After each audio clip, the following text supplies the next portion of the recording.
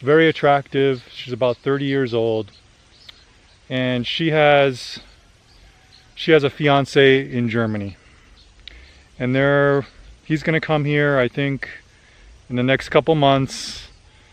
He's already processing her visa to come over to Germany, and they're gonna get married. They talk every day on the phone. You know, they do the video calls, voice calls,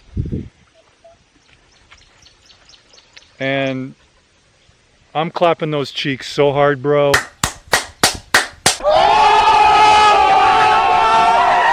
Many black women are interested in dating outside of the race or outside of the community.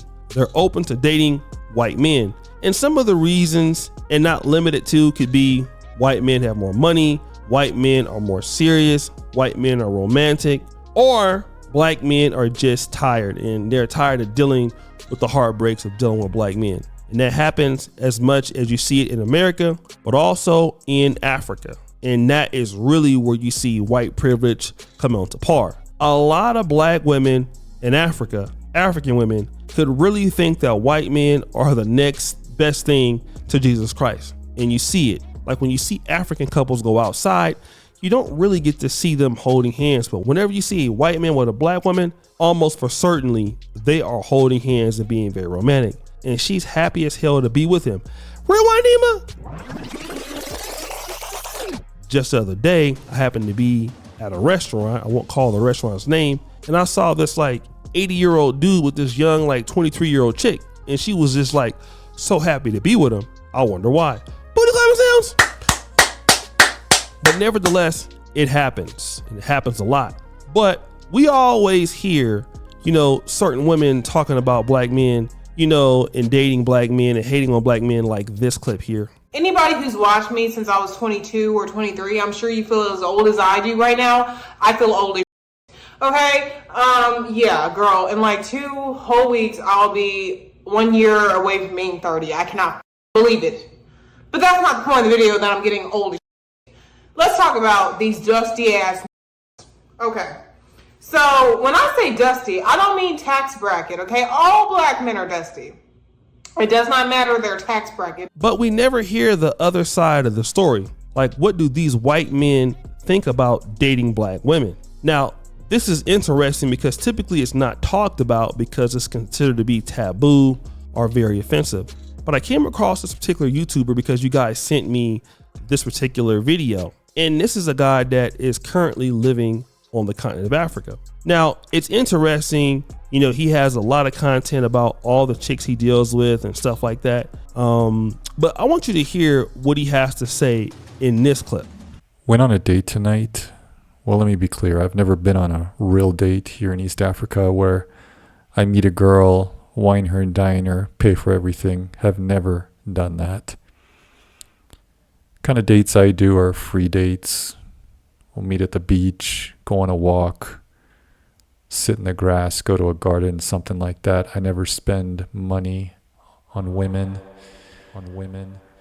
So that's interesting, right? The guy freely admits that he never pays for dates. This is the white man in Africa, okay? Now, you understand that a lot of black men in Africa complain about the fact that African women just want them for money, or black women want them for money. You know, if you don't have no money, don't talk to me. But when the white guy shows up, he has access to all the women that he would like without spending any money. I mean, we just heard it. He says it doesn't spend any money, and I can honestly believe that he doesn't spend any money. But then he wants to give a warning to Western people about dating, but most notably dating African women. And he's going to talk about a horror story about this African lady that he knows who is engaged to a German man. But boy, is this brutal. Check out this clip. Okay, if we're talking about African women, trust me, if she's talking to you, dude, she's talking to other guys too. Other guys in Europe, America, Australia, wherever. And she's vetting to see which guy is going to give her the best opportunity, which guy is going to get the most emotionally invested online without having met her. and that's it. And she's going to choose the guy that is going to give her the most time online. And you don't know what she's doing over here in Africa.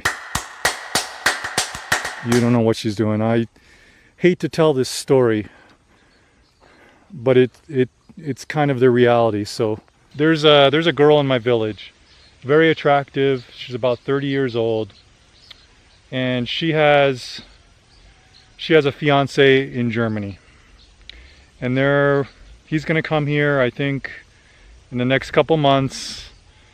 He's already processing her visa to come over to Germany, and they're going to get married. They talk every day on the phone. You know, they do the video calls, voice calls. And I'm clapping those cheeks so hard, bro. Like, if you just knew what your fiance was doing with me. Damn! If you just... if you... And this is so bad, but if you just knew the she is being while she's professing her love to you and looking forward to a life with you and to be your loyal wife. And I kind of don't doubt that once you guys are together, I don't doubt that she's going to be loyal to you. I think she will be a good wife, actually, once you're together. But that's what's going on. And you know, I just met this girl. I was walking home one night down one of these dark dirt roads. I saw that amazing booty, and I just chatted her up, and we ended up we ended up kind of moving out of the footpath, and we made out for a little bit. And yeah, it was like the next time we met, we hooked up. Well, first of all, what he's trying to insinuate is that a lot of ladies that he's coming across that want white men are not genuine in wanting white men. That's what he's pretty much saying. And living over on the continent, and I think there's probably true almost everywhere. Yeah, you know, this does seem to be the case in most third world countries, not just in Africa. But he's talking about how the lady is about to marry this other guy from Germany, and he's clapping the cheeks every day. Booty clapping sounds. He's like, yo, man, I'm clapping those cheeks so hard. You know, I saw her, she had a fat booty, met her walking down the street, and within the second time, I'm hitting it. But, you know, she's sitting there acting like she loves this white guy. And it's interesting because there'd be so many ladies who want to date a white man on the continent. And what this guy was telling white men, in his honest opinion, listen, bro, they don't love you. They don't care about you.